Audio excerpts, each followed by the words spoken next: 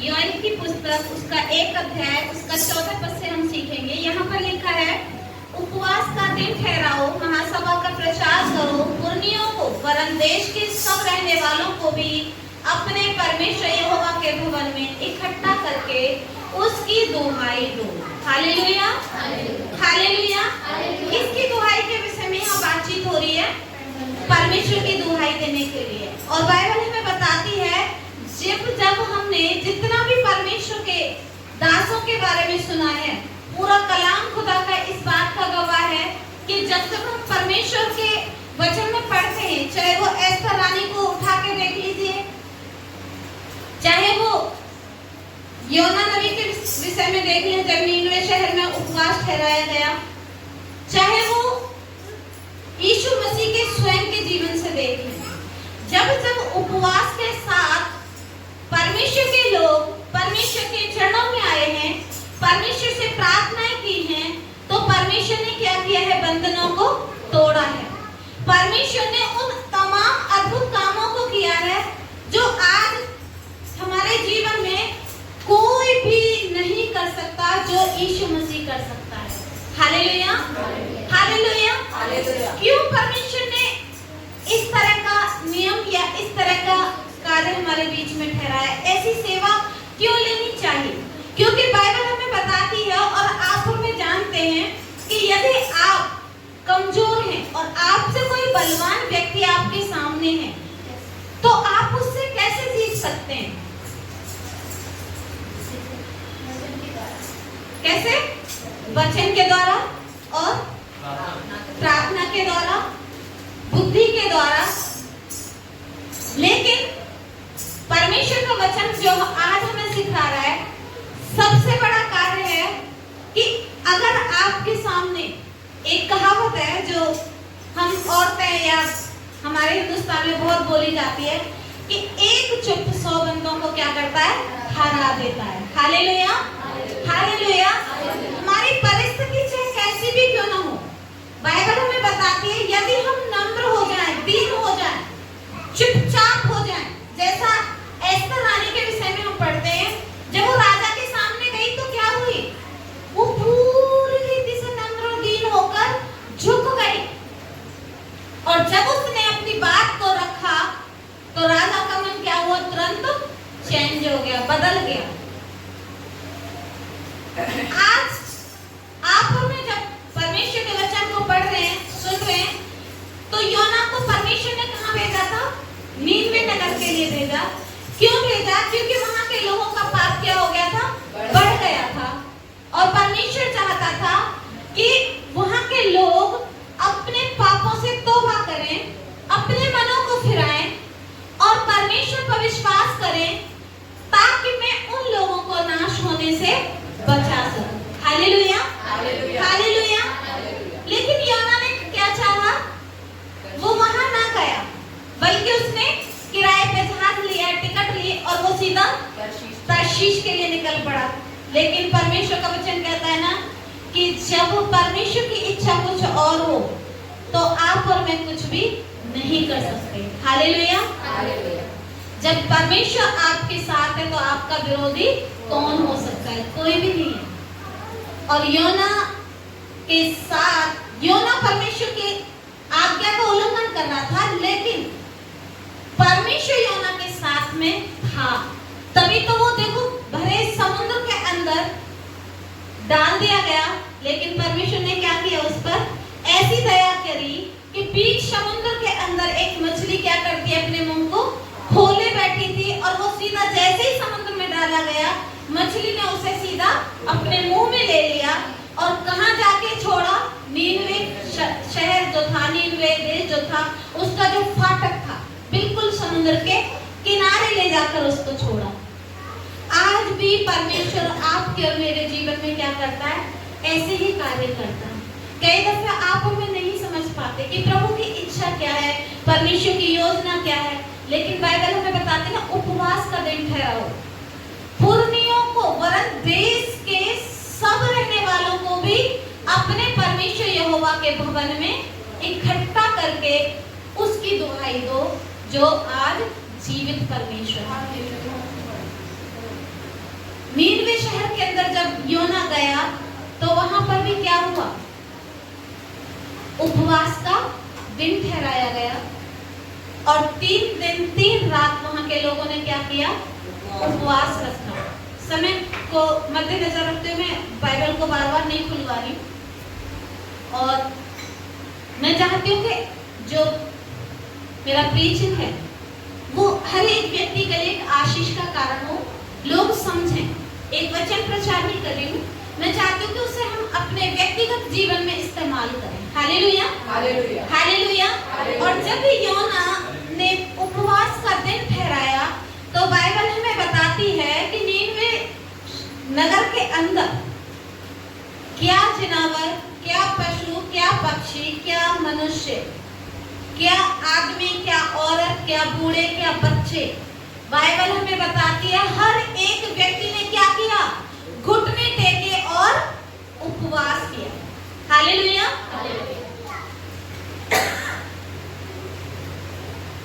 और उनका जो उपवास था उसे देखकर योना की पुस्तक उसका 4 अध्याय जब हम पढ़ेंगे तो वहां पर पूरा लिखा है कि जब उन्होंने उपवास किया तो परमेश्वर जो है, जो नाश करने के लिए जा रहा था उसका मन क्या हुआ, बदल गया।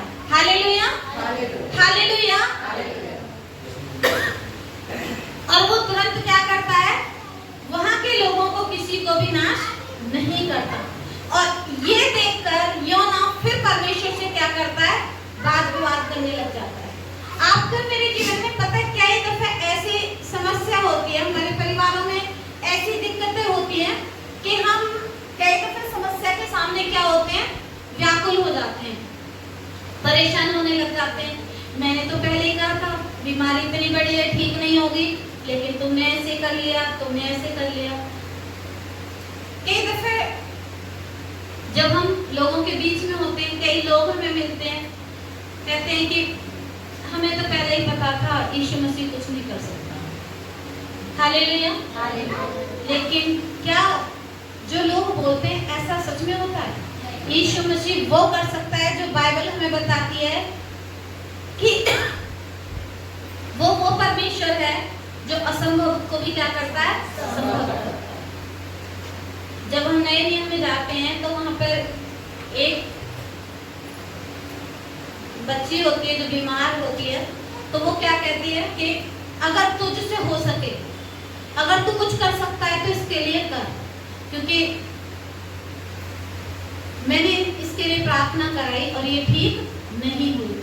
तो यीशु मसीह उसको क्या कहते हैं, तुझसे हो सकता है मतलब क्या है?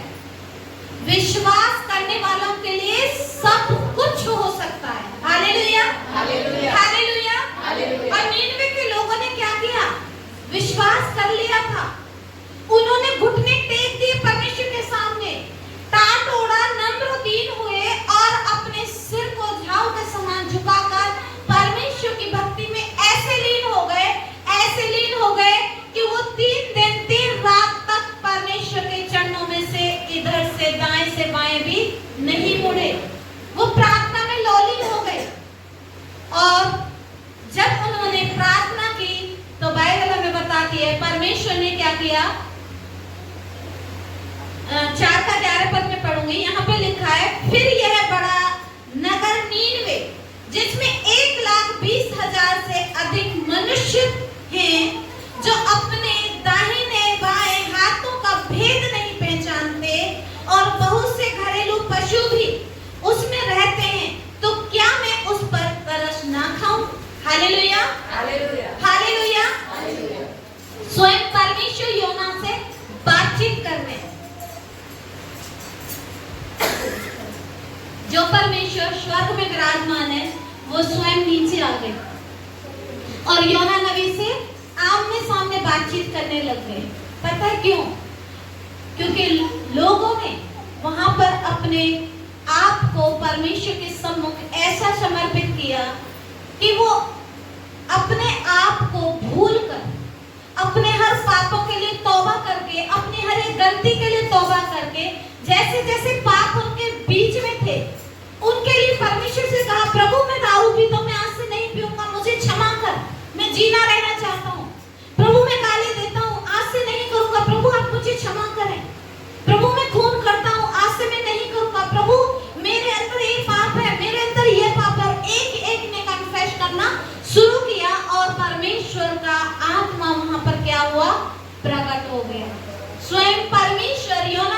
से आमने सामने आकर क्या करने लगे, बातचीत करने लगे।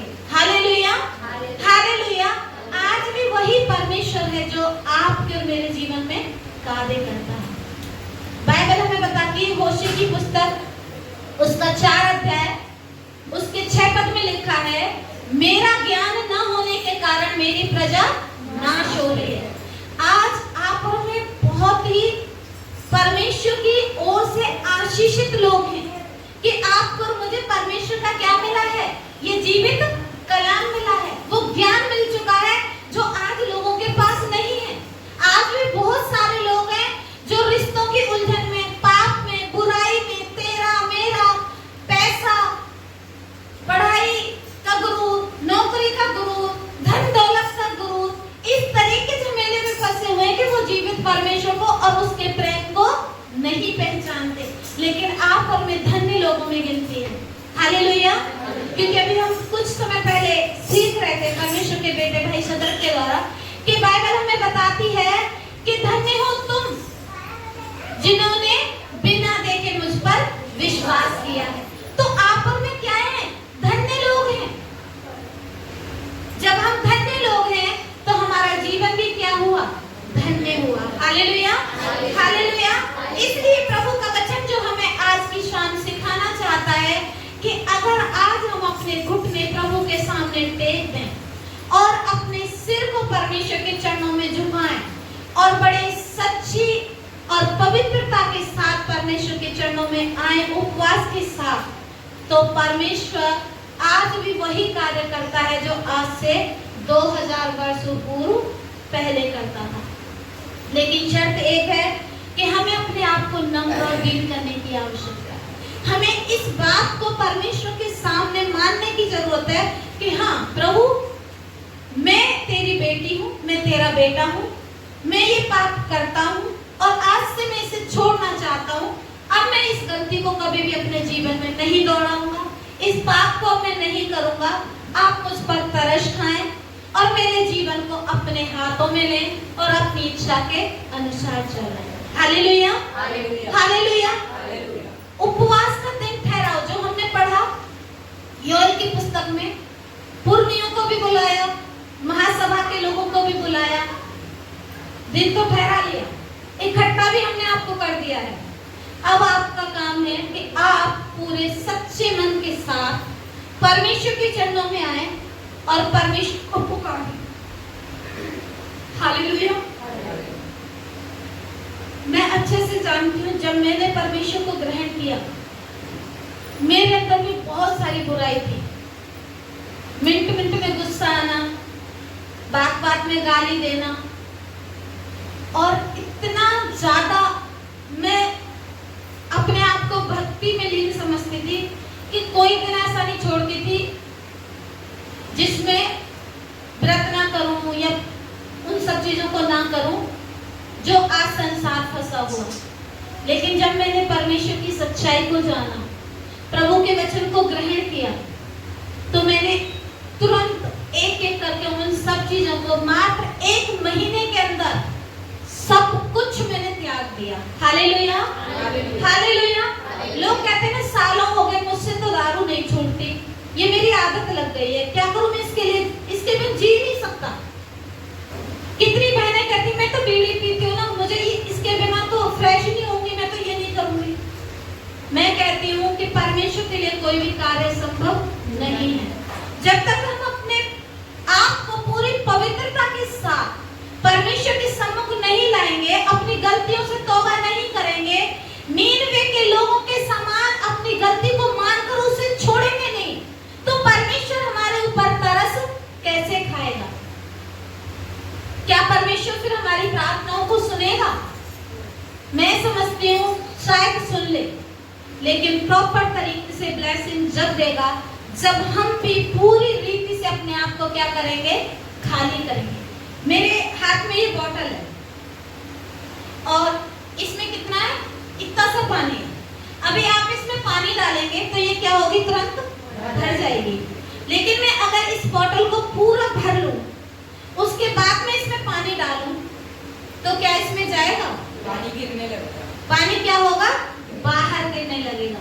मेरे प्यारे भाई और बहनों, प्रभु यीशु मसीह हमसे यही चाहते हैं कि हम अपने आप को पूरी रीति से खाली करें, हर उस पाप को, बुराई को, हर उस शैतान की इच्छा को जो आप और मैं पूरा करते हैं जाने अनजाने में, उन सबको क्या करना होगा? हमें छोड़ना होगा, त्यागना होगा।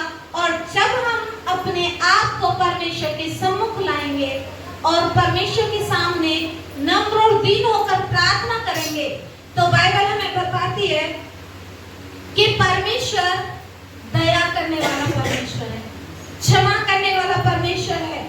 वो परमेश्वर करुणा निधान है। आपका मेरा परमेश्वर प्रेमी है। उसके अंदर इतनी क्वालिटियां हैं कि वो एक मनुष्य या किसी भी देवी देवता, गुरु, भगवान किसी के अंदर नहीं है। हालेलुया। वो जीवित परमेश्वर है, वो सच्चा परमेश्वर है। आज यदि हम उसे पुकारें, प्रभु के कलाम में लिखा है ना कि तुम आज परमेश्वर के वचन को सुनो तो अपने मनों को कठोर मत करना। उसी वक्त परमेश्वर के सामने क्या करो? घुटने टेको, तौबा करो और प्रभु के लिए अपने आप को तैयार करो। हालेलुया। जैसा नीनवे के लोगों ने किया, अगर आज आप और मैं पूरी रीति से अपने आप का समर्पण प्रभु यीशु मसीह में करते हैं, ये बोतल में पानी था, लेकिन बाइबल में बताती है हमें पूरा खाली करना है, एकदम खाली करना है। और जब हम बिल्कुल खाली हो जाएंगे और फिर प्रभु यीशु मसीह को अपने जीवन में आमंत्रित करेंगे, तो हमारे घर की चाहे परिस्थिति कैसी भी क्यों ना हो, परमेश्वर उसे क्या करेगा? पल भर में बदल देगा। हालेलुया। क्योंकि जीवित परमेश्वर प्रभु यीशु मसीह आपके और मेरे जीवन में वो खुशी, वो आनंद, वो महिमा लेना चाहता है जिसके लिए आपका मेरा चुनाव किया है। मेरी खुद की गवाही ऐसी थी कि मैं एक बार बिल्कुल मर चुकी थी, दीनदयाल में भर्ती थी और मेरे पास कोई भी व्यक्ति नहीं था उस टाइम पर जो मुझे एक गिलास उस टाइम पर पानी भी पिलाए, लेकिन परमेश्वर ने मुझे नहीं छोड़ा। आपकी परिस्थिति कैसी भी क्यों ना हो, एक बार हमारे जीवन में इतना कर्जा था, कर्जा देखो आज भी है, हर व्यक्ति पे रहता है। मैं नहीं समझती ऐसे ऐसे हिंदुस्तान के जो अंबानी बने बैठे ना, उनका भी क्या है, उनके ऊपर भी कर्जा है। तो मैं बिल्कुल व्याकुल हो गई, इतनी व्याकुल हो गई, मैं कहने लगी पास्टर जी अब क्या होगा, अब तो कुछ नहीं हो सकता। इन्होंने कहा तुम विश्वास करो, प्रार्थना करो, परमेश्वर सब ठीक करेगा। हालेलुया। हालेलुया। हम धीरज के साथ इंतजार करते गए और परमेश्वर ने क्या किया? एक एक चीज से निकाला। बीमारी ऐसी आई कि नहीं अब तो बस आर या तो पार, लेकिन जब परमेश्वर को पुकारा, सही मन के साथ परमेश्वर के चरणों में आए, परमेश्वर ने क्या किया? जीवन का दान दिया, उस परिस्थिति से हमें निकाला। आपके जीवन में हो सकता है अलग अलग परिस्थितियां होंगी, शायद कुछ को मैं जानती हूँ, कुछ को हम नहीं जानते। किसी को पैसे की तंगी है, किसी की बीमारी ऐसी है, किसी के परिवार की परिस्थिति ऐसी है, किसी के बच्चों के जीवन में ऐसा है, किसी के खुद के व्यक्तिगत जीवन में ऐसा है, किसी के पति अच्छे नहीं है, किसी की पत्नी अच्छी नहीं है, बहुत सारी प्रॉब्लम हो सकती है। लेकिन यीशु मसीह का वचन कहता है जब नीनवे के लोग परमेश्वर के सम्मुख आए तो परमेश्वर ने पल भर में क्या किया? सब कुछ बदल दिया। जो परमेश्वर वहां के लोगों को नाश करने के लिए तैयार था, जब उन लोगों ने मन फिराया और प्रार्थना करना शुरू किया, तो बाइबल हमें बताती है परमेश्वर ने अपनी इच्छा को बदल दिया। हालेलुया। हालेलुया। और ये सब देख के योना क्या होने लगा? नाराज होने लगा। कहा परमेश्वर मैं पहले ही जानता था कि आप ऐसा कुछ नहीं करोगे। तब परमेश्वर कहते हैं कि 9 पद से मैं पढ़ूंगी। परमेश्वर ने योना से कहा तेरा क्रोध जो रेत के पेड़ के कारण भड़का है, क्या वह उचित है? उसने कहा हाँ, मेरा जो क्रोध भड़का है वह अच्छा ही है, वरन क्रोध के मारे मरना भी अच्छा होता। तब यहोवा ने कहा, जिस रेत के पेड़ के लिए तूने कुछ परिश्रम नहीं किया न उसको बढ़ाया, जो एक ही रात में हुआ और एक ही रात में नष्ट भी हुआ, पर तूने तरस खाया है। फिर यह बड़ा नगर नीनवे, जिसमें 1,20,000 से अधिक मनुष्य हैं, जो अपने दाहिने बाएं हाथों का भेद भी नहीं पहचानते, और बहुत से घरेलू पशु भी उसमें रहते हैं, तो क्या मैं उस पर तरस न खाऊं? Hallelujah, hallelujah, hallelujah. हालेलुया। एक पेड़ रातों रात उगता है, और वो क्या रातों रात ही एक दिन के बाद खत्म हो जाता है। और योना क्या करता है? परमेश्वर के ऊपर झुंझुलाने लग जाता है, क्रोधित होता है, गुस्से में आ जाता है, प्रभु ये आपने क्या किया? मेरी छाया के लिए एक पेड़ था और तूने उसे क्या कर दिया? खत्म कर दिया। फिर परमेश्वर उसे एग्जाम्पल के थ्रू समझाते हैं कि जो पेड़ तूने खुद ना बोया, न उसमें खाद डाला, न पानी डाला, तू उसके लिए इतना तरस खा रहा है, तू उसके लिए इतना व्याकुल हो रहा है। जो लोग नीनवे के, जिनको मैंने अपने हाथों से बनाया है, जिनके सुख में दुख में, दिन में बादल की छाया और रात में अग्नि की ज्वाला बनकर मैं चलाऊं, जो मेरे लोग हैं, उन्हें मैं कैसे नाश होने दे सकता हूं? Hallelujah, hallelujah. आप परमेश्वर की चुनी हुई कौम हैं। आप वो लहू के द्वारा खरीदे गए हैं जो पवित्र है, यीशु मसीह का है, दाम देकर मोल लिए गए हो, इसलिए तुम अपनी देह के द्वारा क्या करो? परमेश्वर की महिमा करो। पहला कुरिन्थियों 6:19 में हम पढ़ते हैं। इसीलिए प्रभु का वचन आज की शाम हमसे बात करना चाहता है कि आप और मैं अब हमारे नहीं हैं, हम परमेश्वर के लोग हैं। हमें अपने आप को आज जांचने की आवश्यकता है। हमें देखना है कि प्रभु मैं कहां से गिरा हूं, मैं किधर से तेरी आज्ञा से दाएं या बाएं मुड़ा हूं या मुड़ी हूं। कहीं ऐसा तो नहीं कि मैंने तेरे विरुद्ध कोई पाप कर दिया है। अगर ऐसा है तो प्रभु आप मुझे क्या करें? क्षमा करें। और जबकि ये उपवास का दिन ठहराया गया है, कल सुबह 11 बजे के बाद हमारा उपवास खत्म होगा, तो मैं चाहती हूँ कि हम सब एक मन होकर क्या करें? प्रार्थना करें, ज्यादा से ज्यादा प्रार्थना करें। और जितना समय आप प्रार्थना में गुजारेंगे, परमेश्वर उतना ही जल्दी आपके जीवन को क्या करेगा? आशीषित करेगा, आपकी प्रार्थनाओं को सुनेगा और आपके ऊपर और मेरे ऊपर क्या करेगा? तरस खाएगा। Hallelujah, hallelujah. परमेश्वर इस वचन के द्वारा आशीषित